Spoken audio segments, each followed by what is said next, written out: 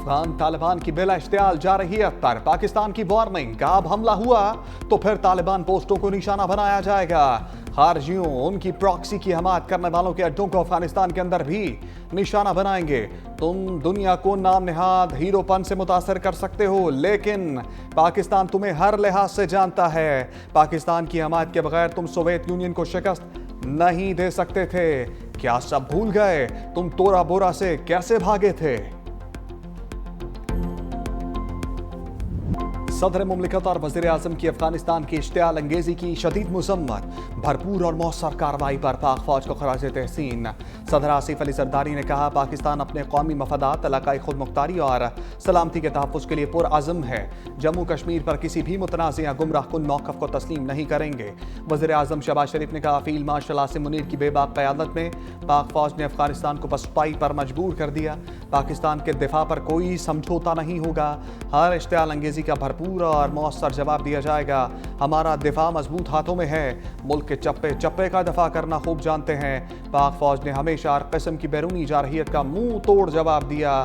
بلاول بھٹو نے کہا، افغان فورسز کی بلا اشتعال جارحیت خطے کے امن کے لیے سنگین خطرہ ہے۔ افغان حکام تحمل اور ذمہ داری کا مظاہرہ کریں۔ طالبان حکومت دہشت گرد تنظیموں کے خلاف قابل تصدیق اقدامات کرے۔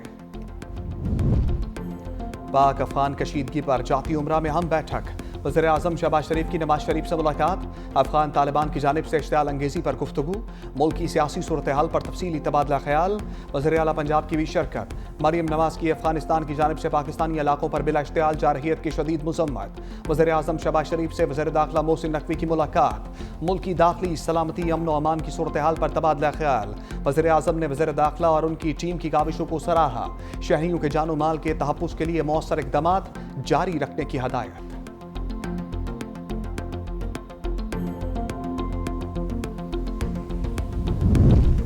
سعودی عرب کا پاکستان افغانستان کے درمیان سرحدی کشیدگی پر اظہار تشویش، دونوں ممالک سے تحمل اور ضبط سے کام لینے کا مطالبہ۔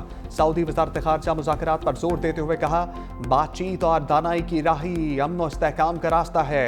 خطے میں امن و استحکام کے لیے تمام علاقائی و عالمی کوششوں کی حمایت کی جائے گی۔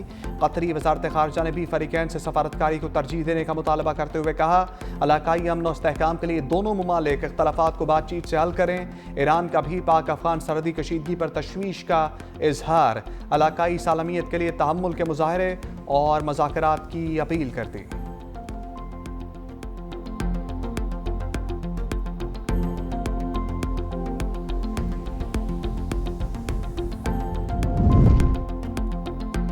وزیر دفاع خواجہ آصف کا پاک افغان سرحد پر سخت اقدامات کا مطالبہ، کہا پاک افغان سرحد دنیا میں جس طرح سرحدیں ہوتی ہیں اس طرح ہونی چاہیے، کوئی منہ اٹھا کر مرضی سے عبور نہ کرے۔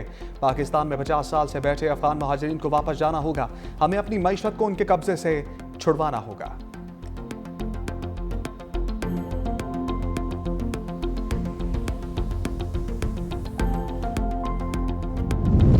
افغانستان کی سرحدی جارحیت کی شدید مذمت اور پاک افواج کو خراج تحسین پیش کرتے ہیں۔ شرجیل انعام میمن نے کہا، پاک فوج نے دشمن کو جرت، مہارت اور عزم کے ساتھ جواب دیا، جو پوری قوم کے لیے باعث فخر ہے۔ بنیان المرصوص اس بات کی گواہی ہے کہ پاک فوج کسی بھی جارحیت کا بھرپور جواب دینے کی صلاحیت رکھتی ہے۔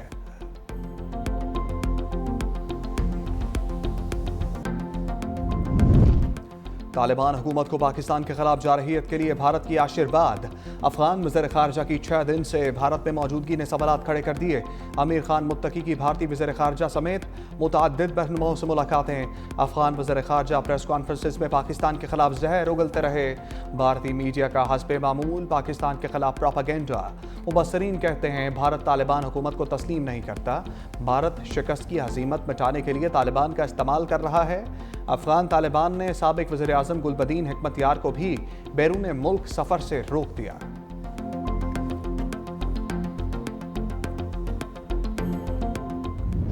خیبر پختونخوا کی کمان کون سنبھالے گا؟ کاؤنٹ ڈاؤن شروع، وزیر اعلیٰ کے انتخاب کے لیے ووٹنگ آج صوبائی اسمبلی میں صبح 10 بجے ہوگی۔